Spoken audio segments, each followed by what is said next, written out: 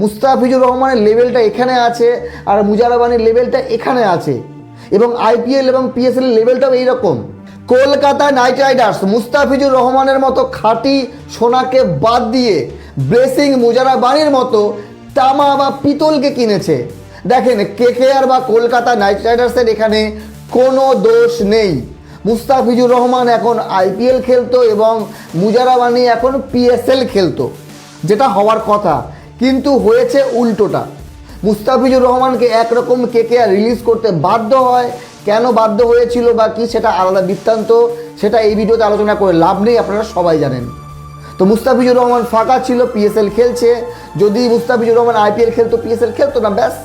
কিন্তু মুস্তাফিজুর রহমানের জায়গায় মুজারাবানি যেহেতু কেকেআরে এসছে, তো তুলনা তো হবেই। দেখেন, মুস্তাফিজুর রহমান এবং মুজারাবানির কোনো জায়গায় তুলনা হয় না। মুজারাবানি ইয়ং ট্যালেন্ট, আইপিএলে তেমন বড় এক্সপিরিয়েন্স নেই, কিন্তু এবারের বিশ্বকাপে ভালো বল করেছে। তার বেসেই কেকেআর মুজারাবানিকে কিনেছে এবং পিএসএল ছেড়ে আইপিএল খেলছে মুজারাবানি। আজকে 3 ওভার কমপ্লিট করেছে, 4 ওভার তাকে দেওয়া হয়নি, কারণ কেকেআরের বোলাররা বেদম মার খেয়েছে। 220 রান মুম্বাই ইন্ডিয়ান্স চেস করে নিয়েছে। এইবার আসেন মুস্তাফিজুর রহমান। দেখেন, মুস্তাফিজুর রহমান গত ম্যাচেও ভালো বল করেছিল পিএসএলে, আর আজকেও 4 ওভারে মাত্র 20 রান দিয়ে 1 উইকেট। মুস্তাফিজুর রহমান যদি আইপিএল খেলতো তাহলে এইরকম রানই দিত, কারণ মুস্তাফিজুর রহমানের কাছে ভেরিয়েশন আছে। মুস্তাফিজুর রহমান জানে আমি কেমন বল করলে রান কম খাবো। মুস্তাফিজুর রহমানের বল ঘাতক না, কোনো অ্যাটাকিং মোডে যায় না, হয়তো 4-5টা উইকেট পায় না, কিন্তু মুস্তাফিজুর রহমানের এগেনস্টে যখন ব্যাটসম্যান অ্যাটাকিং মোডে যায় তখন উইকেট হারায়, এটা আমরা দেখেছি। তো মুস্তাফিজুর রহমানের ভেরিয়েশন বোঝা খুব কষ্টকর। তো পিএসএলে ভালো বল করেছে, তারপরেও পিএসএলে মুস্তাফিজুর রহমানের দল হেরেছে।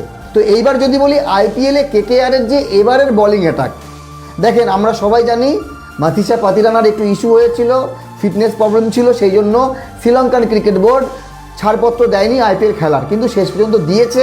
এখনও পর্যন্ত পুরোপুরি সুস্থ না পাতিরানা যে আজকে খেলবে।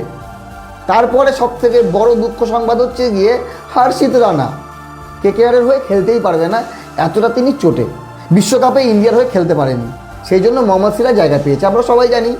তো এইবার কথা হলো যে কেকেআর যে বোলিং লাইন আপ তারা তৈরি করেছিল, মুস্তাফিজুর রহমান, মাথিসা পাতিরানা, বৈভব আরোরা, হর্ষিত রানা যথেষ্ট ভালো ছিল, কিন্তু তার মধ্যে 3 জন বোলারই নেই কেকেআরে। তো একটু তো প্রেশার আসবেই। এইবার তাদের জায়গায় যদি এই ব্লেসিং মুজারাবানি, বৈভব আরোরা এবং কার্তিক ত্যাগীকে দিয়ে খেলানো হয়, তাহলে রেজাল্ট এইরকমই আসবে।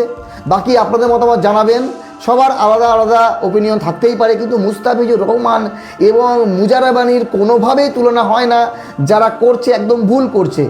মুস্তাফিজুর রহমানের লেভেলটা এখানে আছে আর মুজারাবানির লেভেলটা এখানে আছে, এবং আইপিএল এবং পিএসএল এর লেভেলটাও এইরকম। আইপিএলের একটা নির্দিষ্ট মাপকাঠি আছে, আইপিএলের পিচগুলো ওই রকমই হয় যেখানে বোলাররা সুবিধা পায় না, সেই জায়গায় এসে মুস্তাফিজুর রহমানের মতো বলারেরা ভালো বল করে। দেখেছেন, শার্দুল ঠাকুর আজকে ভালো বল করেছে, 3 উইকেট নিয়েছিল। যদি আইপিএলের পিচে এই মুজারাবানি এবং মুস্তাফিজুর রহমান একসাথেই বল করতো আলাদা টিমে, তাহলে তুলনা করা যেত। যেমনটা আমরা 2024-এ মিচেল স্টার্কের সঙ্গে তুলনা করেছিলাম মুস্তাফিজুর রহমানের। মুস্তাফিজুর রহমান অনেকটা এগিয়ে ছিল যখন মুস্তাফিজুর রহমান চেন্নাইয়ের হয়ে বল করেছিল।